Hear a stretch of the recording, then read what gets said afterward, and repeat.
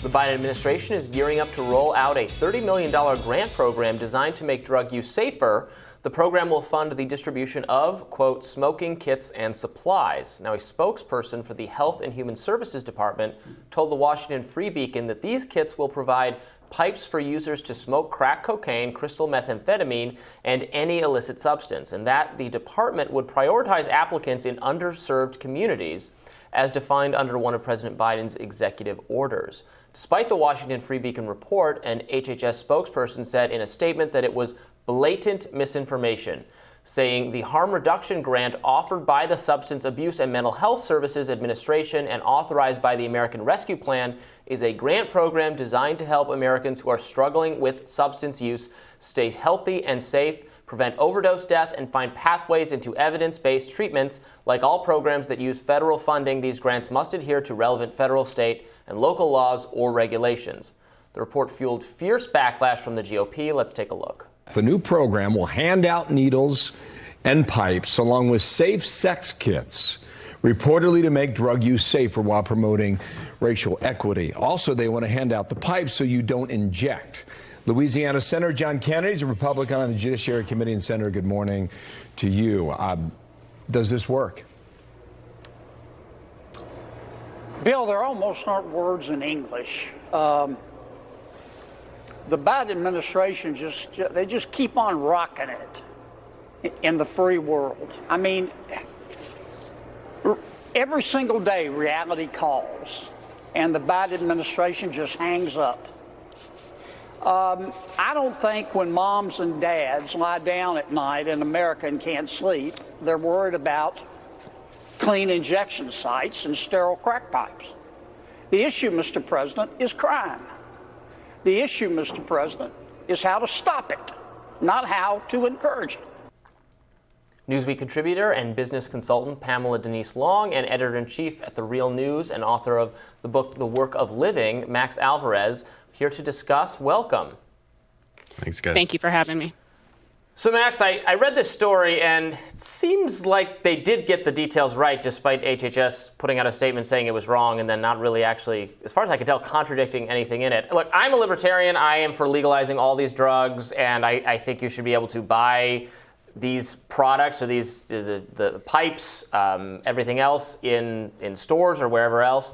I don't know that the government needs to supply these things. Actually, it is illegal to supply these things for anyone to do it other than the federal government. So I don't know. Is that a problem? Well, I mean, I guess I can't say as much on that front, but what I can say is first, I mean, like when I was kind of watching the reaction from Republican lawmakers yesterday, I know we're talking about something very serious, but there was almost something kind of comforting because I was like, oh, there's the Republican Party that I remember. That's the Republican Party that I grew up with. This is the kind of moral panic that I was raised in as a young conservative. And like these things used to make a lot of sense to me. And I get where that guttural reaction comes from because we've been having it for as long as I've been alive. This is, I guess, the thing that kind of baffles me is you hear, the interview there on Fox, where we talk about the answer is so obvious. The answer is stopping crime. And I was like, have we not waged a 50-year failed drug war based on that premise? And yet here we are 50 years later talking about overdoses and drug use. So clearly that approach does not work. It has not stopped drug use. It has not stopped overdose. What it has done is created this massive, unstoppable system of policing and mass incarceration while drug use continues to, happen. And so I get, again, where people's sort of initial response comes from this and why they say, oh, it's going to encourage drug use. The fact of the matter is that safe injection sites do exist in the world. Over 100 of them exist. Not a single person has died from overdose in any single one of them. they actually do reduce overdose deaths. They do actually, and the opposite. They don't create a whole more extra drug users. If you actually provide a safe environment with medical assistance where people also have things like Narcan and clean needles and access to medical care that people wouldn't get if they're doing drugs behind some vacant here in the street in Baltimore, they may actually be more likely to seek treatment for their drug use. So we know that the tough on crime, stopping the supply thing does not work, and yet we are still singing the same song. And I guess to my Republican and right-wing brethren, I would say, you'll never hear me quote this guy in earnest again, but facts don't care about your feelings here. Yeah, and Denise, to me, what was so poignantly wrong about the way that Senator John Kennedy characterized this is that he used this old trope of parents lying in bed, thinking about their problems, and he says one of the problems they're not thinking about is clean injection sites. Well, that is factually just wrong. Like, there are, as we speak, hundreds of thousands of parents who go to bed at night not knowing where their adult or teen children are, not having seen them for months or maybe even years because of a falling out related to addiction. And they are, in fact, laying in bed at night wondering where their children are and wondering if their children are safe. And there are a lot of them who, if they knew that their children were going to have access to a place where there was a clean injection site, where somebody could monitor them if they had a problem, rather than wondering if they're going to get a phone call that their daughter was discovered in the bathroom of a Walmart because finally addiction caught up, or poisoning through fentanyl had caught up. So where is the disconnect here? Wow, thanks, Ryan. I think the disconnect is our inability to talk about substance use and through the public health frame. Oftentimes, it is characterized as a moral failing. It's characterized as a broader, public public safety issue, in the sense that these drug addicts are going to come into our neighborhoods and cause problems for the rest of us, but not thinking about the ways in which substance use has underlying factors that contribute to it. And what we ought to do is, of course, ensure that as those who are addicted to substances or using substances to cope are less likely to also expose themselves to other communicable and significant diseases like hepatitis and HIV, we're also offering mental health supports and other supports to address the underlying issues that don't have to do with moral failing as much as they have to do with psychological burden, the ways in which children are peer pressured into trying drugs that are addictive and they develop addictions and the like. So it's our ability really to understand substance use and substance abuse in a more mature and evolved way, instead of pointing fingers at the people who use. Well, according to the U.S. Commission on Combating Synthetic Opioid Trafficking, opioid overdose deaths cost the U.S. economy $1 trillion a year. The commission said a staggering amount. It says underlines the direct and escalating threat the opioid epidemic poses to public health and the economy. The commission's estimates were conducted using a White House Council of Economic Advisors 2018 report that determined the cost of overdose fatalities amounted to $696 billion a year. At that time, the deaths toll was about 2/3 of today's.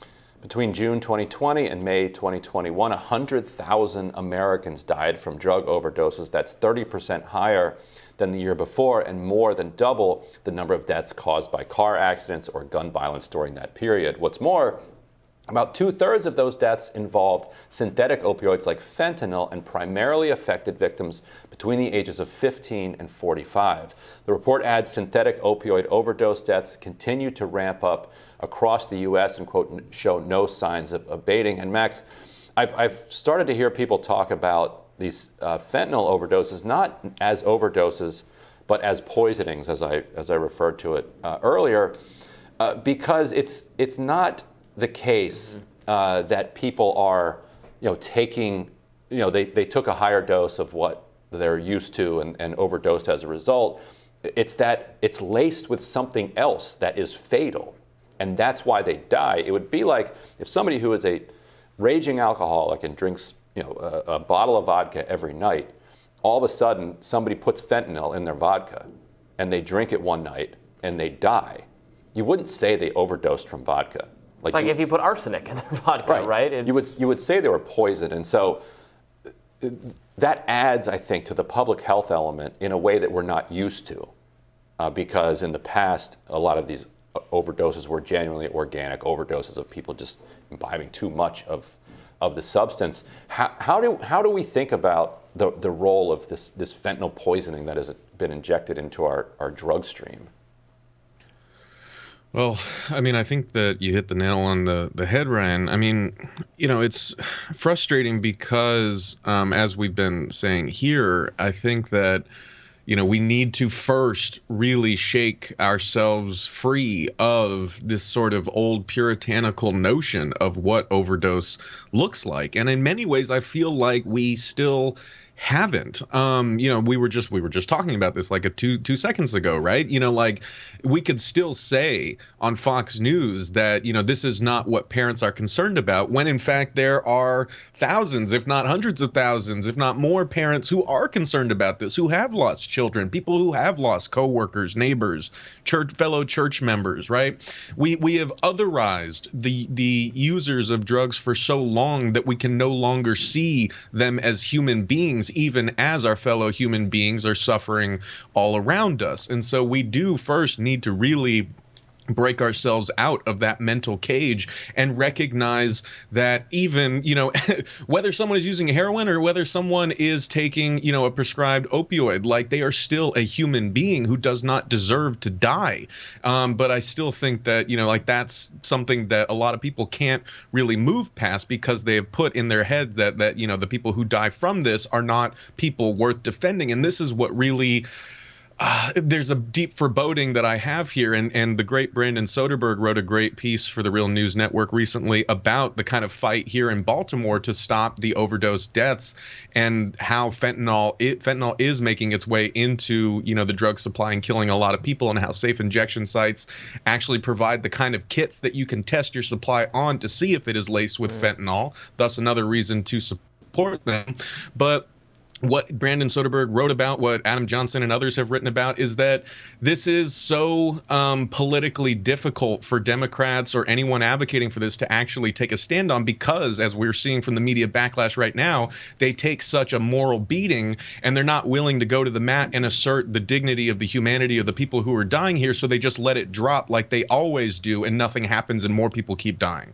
Yeah, Denise, I try to make, when I'm arguing to people on the right, like the, sort of Senator Kennedy type people, I try to focus on, I agree with what Max is saying. I try to focus on, the cost, the waste, the strategy is not working. Yes, we want to lower crime, but it's not like we can magically flip some switch and do it. We've struggled to do it. The government's dedication to outlawing and banning and prohibiting this has failed miserably. Are those the arguments to make to get people on board with this kind of thing? Yeah, certainly, right. We want to have an effective public health approach and social services approach to what is happening. I think also we need to recognize the ways in which we, if you can't tough it out, if you can't bootstrap it in America, then we think something is absolutely wrong with you. We need to build legislators' capacity to understand public health and engage in these conversations in a more mature way and think about efficacy. Another piece I want to just note here is this is a demonstration of this administration and other administration's inability to communicate the crux of the issue, right, to help people see and draw connections. The other piece to this is there's a racial element when you talk about crack, where people talk about crackheads and they envision some Black person foaming at the mouth, frothing like a zombie. The reality is, and I've said this before, 55% of last month's crack users were white, and yes, 37% of drug users are Black, but it's also a matter of what is affordable for substances. And again, we have to get to the underlying social and economic reasons that people resort to substances as a means to cope. If we're not talking about that, then we're missing the whole point. Well, Max and Denise, thank you so much for joining us. Thank you. We'll be back with more Rising right after this.